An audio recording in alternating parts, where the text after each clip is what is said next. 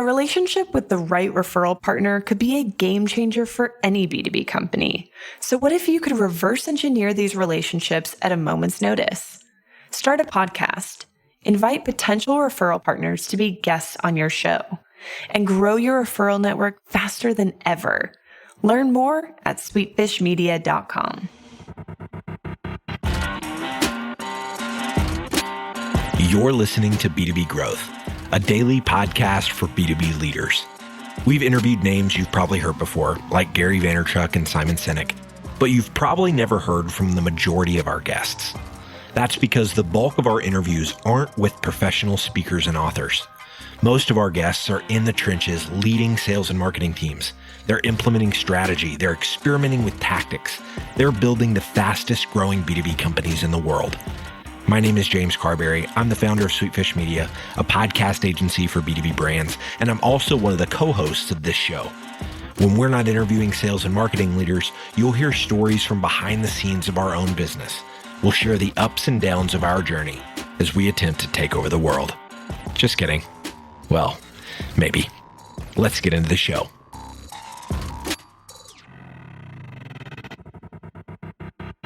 Welcome back to B2B Growth. I am your host for today's episode, Nikki Ivy with Sweetfish Media. I've got with me today Dailius Wilson. He goes by DW, and he's VP of Sales and Growth Marketing at GetAccept. Dailius, how you doing today?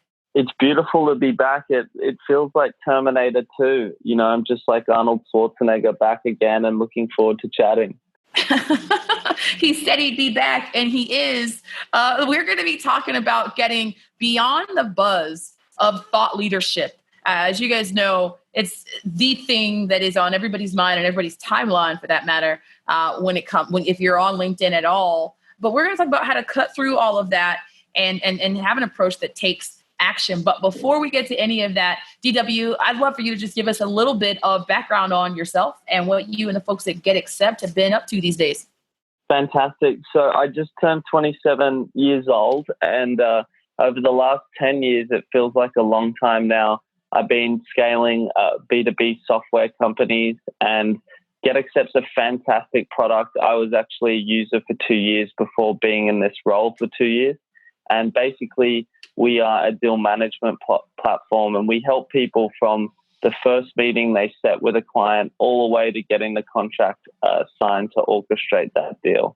Okay. So thanks for letting me know that. I hadn't quite been familiar. It's not something I would have engaged with, but I'm interested in how that experience might have informed your thoughts on what we're going to get into today. When we talk about this idea of, you know, the buzzy nature of what thought leadership has sort of become on social and at networking events and things like that, can you sort of give us some examples of what that looks like, what the thought leadership just for buzz stuff is that's out there?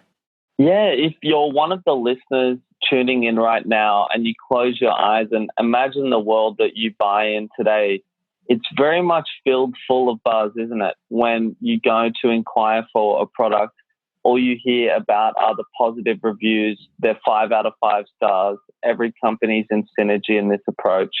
You go to LinkedIn and you find a bunch of self-servicing content referencing the top 25 leaders in that area. And often these lists give awards to people who they eventually want to sell to.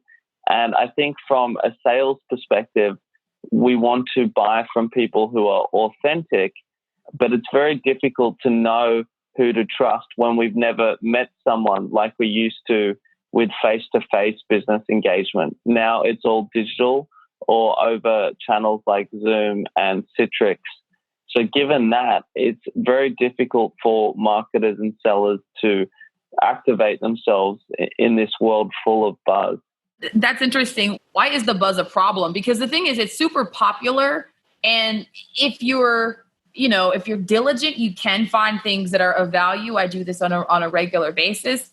So I recognize the echo chamber aspect of it. I recognize the self-serving, I'm eventually going to try and sell you something aspect of it. But there is oftentimes information that I can use that's valuable to me. So why is it important to understand what the buzzy stuff is and the clutter stuff is and to move beyond it?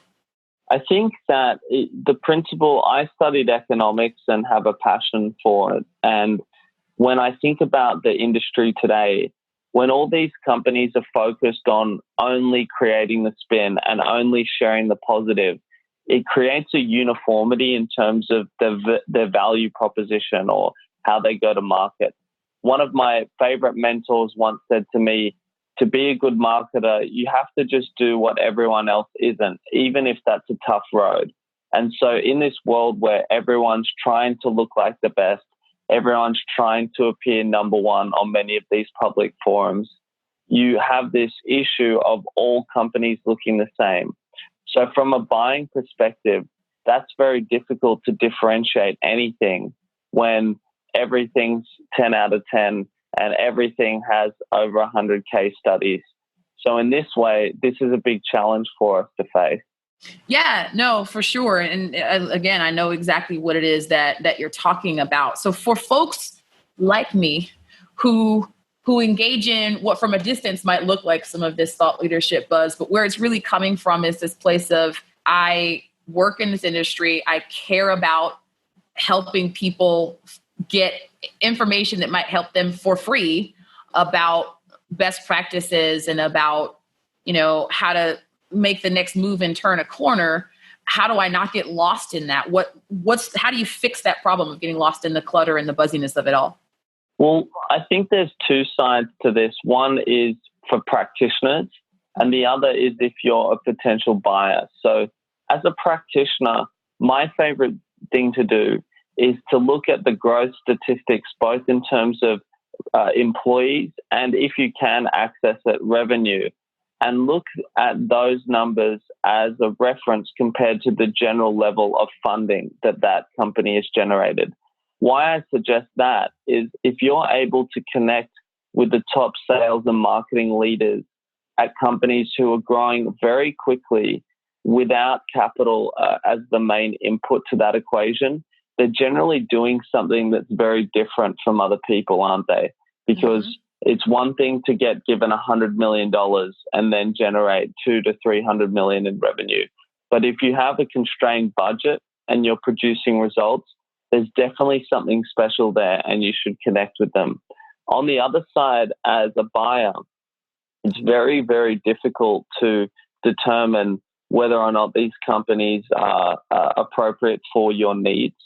And especially with the rise of the third-party software sites like G2 Crowd and TrustRadius, and then venues like Gartner and Forrester still doing what they've done for the last 20, 30 years, it's very difficult to figure out who they're endorsing.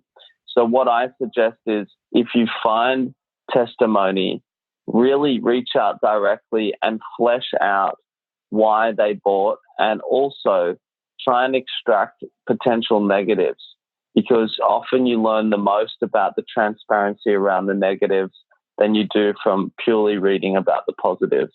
For sure. Yeah. Thanks for laying that out. One other thing I wanted to ask you about is when it comes to folks who really do want to do good and they want to avoid committing these acts of thought leadership, spin, and buzz, but they still want to put something out there that's valuable. What are the alternatives to these channels as we know them today? Yeah, I think that there's two main strategies. The first is, I call it embracing the negative. So in many of our case studies and materials now, we actually share transparently our areas of improvement. And what that does is kind of give the customer a point of reference that's more realistic.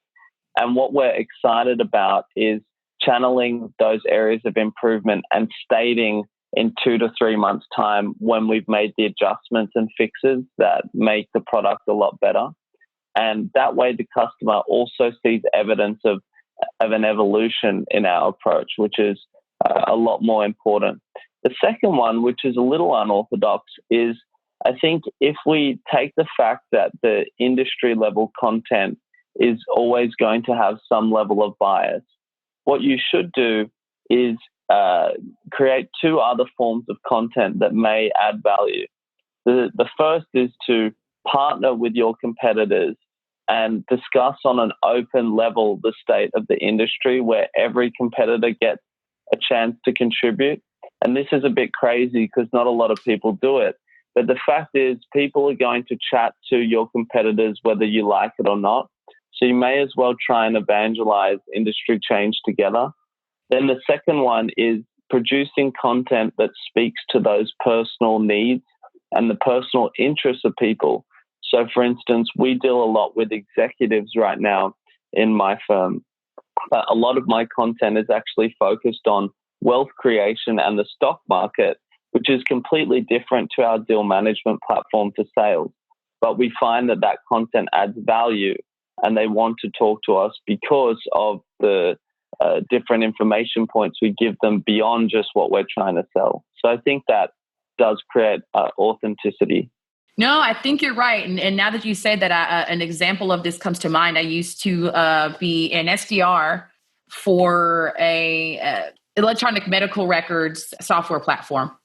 And the folks that we were selling to were folks that ran home healthcare and hospice businesses. Sometimes it was mom and pops, and sometimes it was entire hospital systems. But so there's the content that is white papers, that's very technical, that has to do with their day-to-day. But then you're right, there was this content that was tailored at, say, folks who own a home health business that was just about, how to be a successful business owner, how to be, I'm saying, like, keys to leadership of your team. So it didn't have anything to do with the software platform that we were selling, but it recognized the humans behind, this buyer persona and thought, what else can we help them with? How else can we add value in a way that's genuine and authentic? Like you mentioned, I'm so glad you laid that out. And so now that you have, I've picked your brain successfully. I've figured out some of the stuff that I can get out of it. Now I'm interested, DW, in what you're putting in it. What learning resource have you been engaging with recently, whether it's a book, a blog, a podcast, that's informing your approach or got you excited these days? Yeah, before I answer that question, I just summarize what we've talked about as see yourself evolving, whether it's organizationally or for your individuals within your org, so your sellers primarily who are customer facing. Think of them as becoming facilitators of information. So in the past, people would facilitate networking opportunities, and that's how they build their book of references. In this case, you want to facilitate knowledge, and it can be related to your industry or tertiary to it. To answer your point, I explore so many different things, and I think humility around learning is one of the best characteristics, not only for leadership, but also your teams. I'm actually learning to code right now. Again, I used to be somewhat proficient. My father was a C++ and Java developer, but I'm finding that getting back into coding is helping me understand the technical side and also the critical thinking skills of breaking problems down into their simplest parts is what you have to do when you code. So I'm finding that sometimes now when I'm writing a white paper or creating an email marketing campaign, I'm almost doing it like a coder. So I have to be careful because sometimes my coding's a little messy, so that can't translate into marketing. That's a whole other episode in and of itself. I'm super interested in what parallels and what pieces inform the other when it comes to that. No one's ever, when I ask this question, I do typically make the point to say, it doesn't have to be, sales or marketing related when you give me this example of a learning resource. And then you come at me with like, I'm just casually learning how to code again. I love it so much. So like me, DW, I know a bunch of folks who are listening are going to want to follow along with your content and what you and the folks at GetAccept are up to. How can folks connect with you? Yeah, I've become a little disenfranchised with Twitter, but I'd love people to follow me on LinkedIn. It's Dailius space Wilson, and you can find me there. Or also, please just send me a message to my first name dot last name at getaccept.com. I always love meeting new people, and you listening to this podcast is the first step to success. Many of you who may be listening for the first time, acquiring new information and putting that time in is essential to growth. And I think we can all grow together with B2B growth. Thank you so much. I could not have said it better myself. I appreciate it, man. I'm looking forward to talking to you again in the future and seeing what big things you got coming out. Perfect. Let's Let's make it third time lucky. Sounds good, man. Have a good one. We totally get it.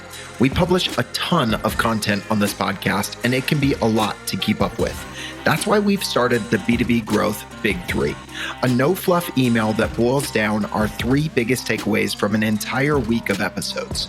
Sign up today at sweetfishmedia.com/big3. That's sweetfishmedia.com/big3.